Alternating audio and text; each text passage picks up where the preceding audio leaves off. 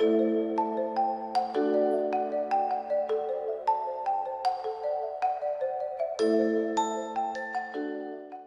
is an important day. We have multiple announcements to make.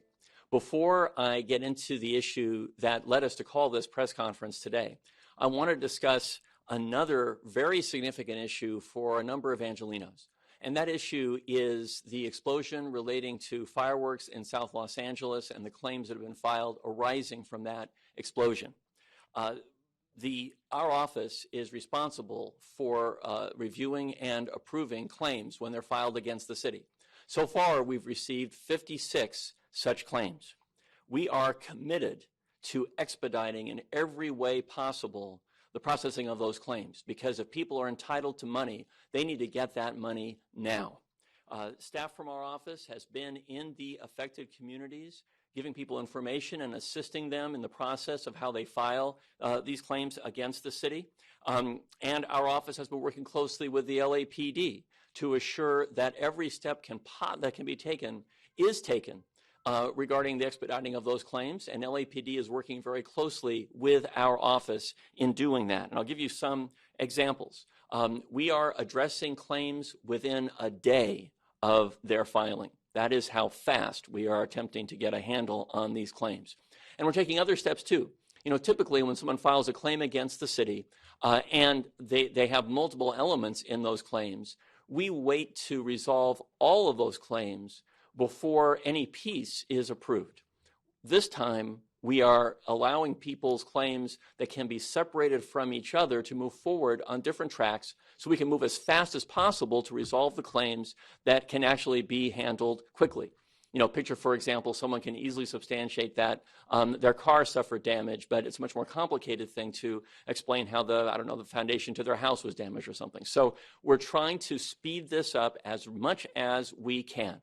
And I've talked to the city controller about this as well. I know he is committed to moving as fast as possible once we get authorization for these claims. This is an all-hands-on-deck effort to be sure that anybody who suffered because of that explosion gets relief as fast as possible, because they deserve it. Now, let me talk about the issue that led us to call this news conference today. I'd like to announce that the national opioids cases are coming close to their resolution. There is a tentative settlement now worth $26 billion over 18 years to abate the nation's opioid crisis. Our office, as I'll discuss in a second, has been integral in these efforts. My goal is that the likely tens of millions of dollars that I expect the city of Los Angeles to receive go to targeting the intersection between substance abuse disorder and homelessness, our number one issue here in Los Angeles.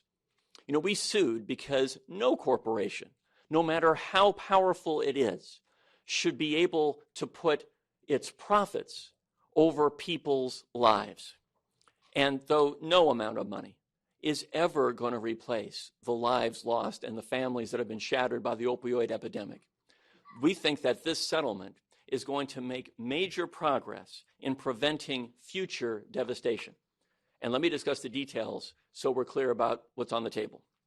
The settlement involves the three largest opioid distributors. Those distributors are McKesson, Cardinal, and AmerisourceBergen. There's also in this settlement a component that relates to Janssen Pharmaceuticals, which is a subsidiary of Johnson & Johnson. So you have the three largest opioid distributors and Johnson & Johnson all in this tentative settlement. We filed our lawsuit in May of 2018. When we filed in 2018, we were among the first cities or counties in the United States to bring this litigation. We alleged that there was fraudulent and negligent business practices that have fueled the opioid crisis on the part of the defendants. We allege the distributors regularly failed to report suspiciously large and frequent orders, and as a result, we said, there has been meaningful opioid overdose and addiction here in Los Angeles. As for Johnson & Johnson, we allege they engaged in false and misleading advertising regarding the appropriate use and potential dangers of its opioid products, among other things. That lawsuit and the myriad lawsuits that have since been filed across the United States have been essential to getting us to this day today. And there's a reason why the opioid crisis has sparked this much litigation.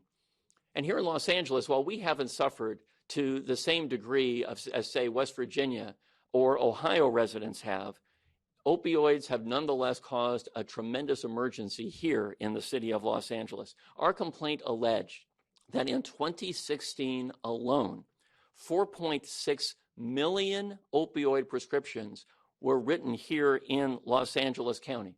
4.6 million prescriptions in a county of only 10 million people altogether. And we allege that there were 327 opioid-related deaths in that year. Since then, the crisis, if anything, has worsened. In California, the Department of Public Health reported that California statistics and also LA-specific statistics. And in Los Angeles, the Public Health Department reported that in 2019, there were 707 opioid-related deaths due to overdose here in Los Angeles County. When we brought the suit in 2016, 327. In 2019, 707. Opioid prescriptions remained exceptionally high in 2019, 3.5 million in 2019. And the CDC reports that from October 2019 through September 2020, and that's the most recent period for which we have statistics, opioid-related overdose deaths rose 29%. So in that context, you get a sense of the gravity of the issue and the importance of this settlement. If it comes to fruition, this settlement, as I said, will result in $26 billion being paid nationwide over 18 years.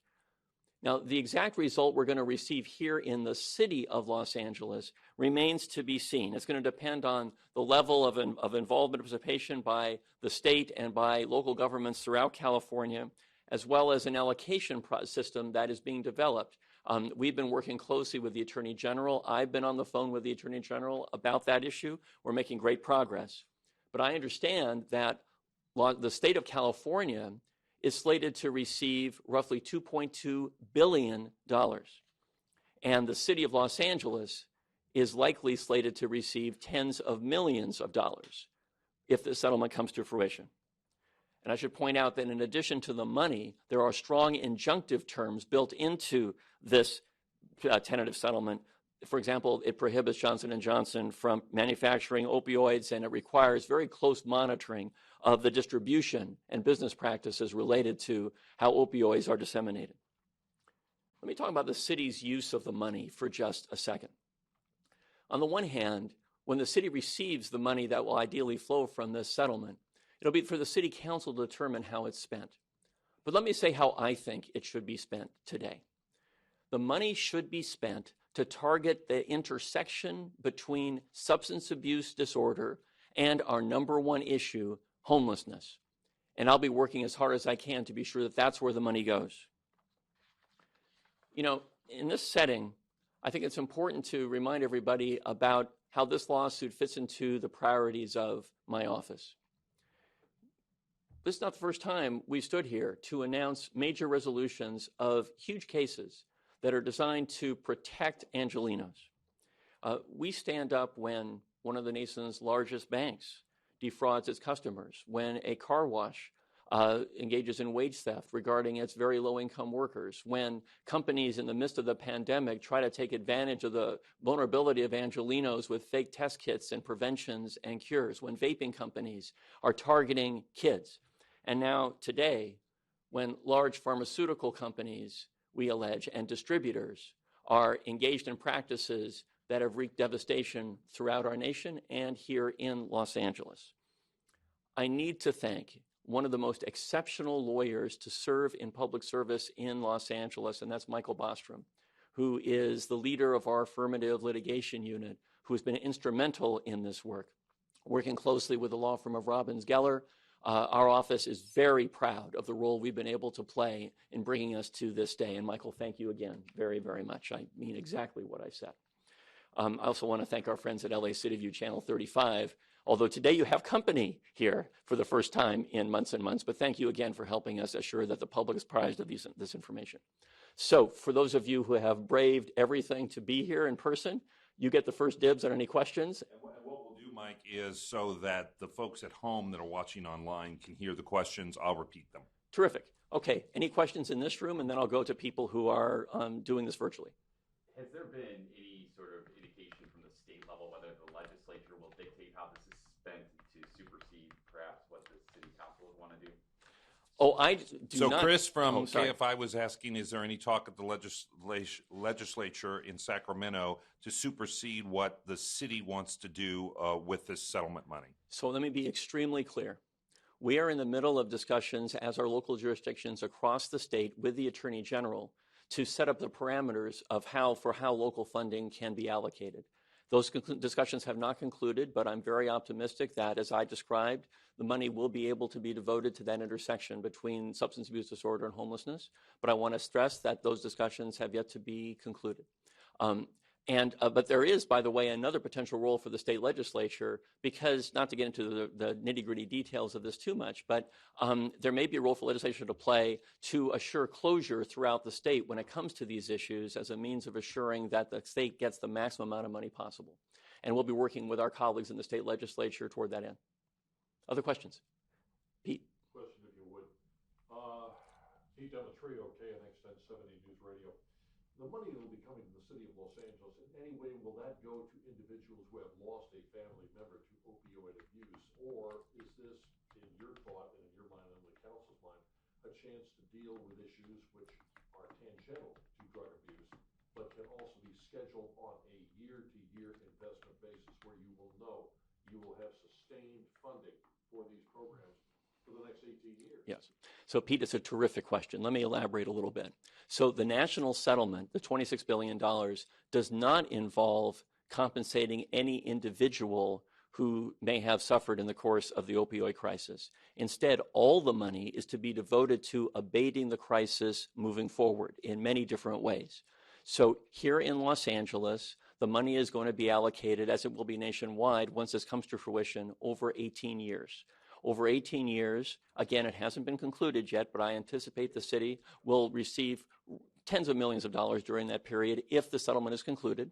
And as you say, Pete, the money should be allocated to a sustained program during that period that addresses, on my view, that addresses the intersection between a substance abuse disorder and homelessness in the most effective ways possible. If indeed that is something that you and other people agree to, will you and the controller make a determined effort to also talk with the mayor's office to convince the council members this is not a chance to be Santa Claus? If we're going to do this, let's make it effective, and let's make it so that once those funds are allocated from, say, 2022, from then until 2040, don't touch it. Well, actually, again, there will be guidelines pursuant to these negotiations I mentioned with the Attorney General throughout the state as to how the money can be spent. And in addition to complying with those guidelines, the answer, Pete, is you bet. Has he given any indication that something along the lines that you want to do on drawing the link between drug abuse and homelessness would be a priority for consideration in their discussions? So I can't discuss the specifics of those conversations still, but I can say that I am optimistic that that will be among the appropriate uses to which a city like LA could devote the money. You floated that to the governor's office or floated it to the speaker of the assembly? No, the discussions we're engaged in are with the Attorney General, actually, at the moment. And again, I can't elaborate, but I'm optimistic about that. Okay. Other questions from people who are in this room first? Yes. Rachel Kim from CBS. Sure. Hi, Rachel. You said that you believe the money should target the intersection between substance abuse disorder and homelessness. With that said, do you believe the primary problem, the biggest problem here in the city of Los Angeles, opioid problem, is within the homeless community? So let me say a few things. First of all, the biggest problem in Los Angeles is homelessness. And anything we can do to target its multiple elements is essential, should be our top priority. Second, we know that substance abuse is a serious issue. It is not the only issue tied to homelessness by any means, but we know that some people experiencing homelessness are doing so in part because of substance abuse issues. And we also know that some of those issues are tied to opioids. So I think that link is very important for us to zero in on and find the most effective strategies we can to grapple with it on the street. And again, I want to emphasize, this is just the city of Los Angeles's money.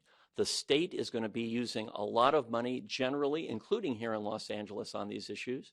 LA County, separate from the city, is slated to receive potentially additional amounts of money. They're in litigation right now, for example.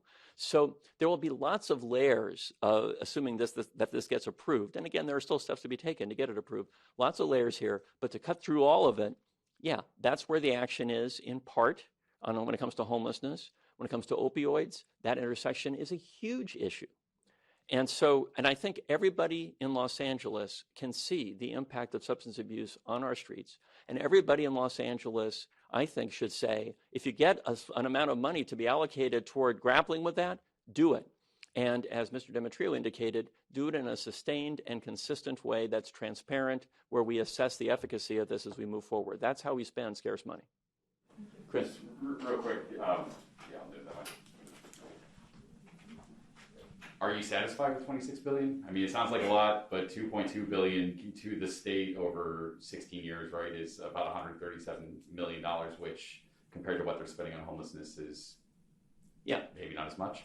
So, Rob, want to repeat Chris' question? Oh, he heard enough. Okay, so you did it right. So the question again is, am I satisfied with $26 billion nationwide? I can tell you this, it's billions of dollars more than a proposed settlement that was floated just a couple of years ago was. So by hanging in there and hanging tough in these negotiations, the team across the nation has secured, if this gets approved, billions of additional dollars. And also say this, the clock is ticking. Every day that we allow this crisis to persist, every day that we allow the intersection I mentioned between homelessness and opioid addiction to persist, every day we don't actually deliver changes that abate this in the future is a day that will cost lives. We know that. So there's a combination of having achieved a great deal more than would have been achieved just a few years ago had we acquiesced then, and the importance of reaching some finality so we can get these kinds of services to people who need them. Pete. Pete Demetrio with KNX again. Sorry, I may have had a brain fade on this, but an indication on when we might conceivably see the money start to flow in. Yeah. Do we have any sort of a time certain? So you did not miss that. We haven't discussed that yet. So the settlement requires that the states across the country agree to it within the next 30 days. Thereafter, the local jurisdictions, and there are thousands across the country, will have 120 days to determine whether they want to opt in. So it'll be a few months before, assuming that each of those entities ratifies this and we get a final deal, it'll be a few months before money would start to flow. But we have to move as fast as we can. Mid-2022 might be somewhere in the ballpark? But I would be guessing at this point. I mean, all I can do is specify the time frames I know about. Right now you're talking 150 days. That'll put you to the end of the year. Yeah, give or take. Right. 2022, somewhere in that range. Right. And in the meantime, of course, we'll have to develop, assuming this moves forward properly, the plan for how to spend the money so it is allocated as soon as possible, but also effectively. And ideally, those plans will start soon. So, Rob, questions from folks from elsewhere? No, we're all good. I think our team here did a good job. So, again, let me emphasize the two things that brought us together today. First, if I were living in a neighborhood and there were an explosion that devastated my apartment or wrecked my car, and I knew that the city of Los Angeles had taken a step that might have led to that devastation, I'd want to be compensated as fast as humanly possible. And I want to say to those residents in that position, we are working as fast as possible, a day within the receipt of that claim. We're working in tandem with the LAPD to assure it's done as fast as possible. We're separating out elements of your claim so we can get you at least partial payment as early as possible once we can validate that the claim is appropriate. Working with the controller's office to move as fast as possible to get you a check, because that's what you deserve. With regard to the opioid crisis, I am very proud that LA was among the early entities in the country to bring litigation to tackle the opioid crisis. Today, we're on a pathway to a tentative resolution that could bring some relief nationwide and bring real results here in Los Angeles. Thank you very much for coming. Appreciate it a lot.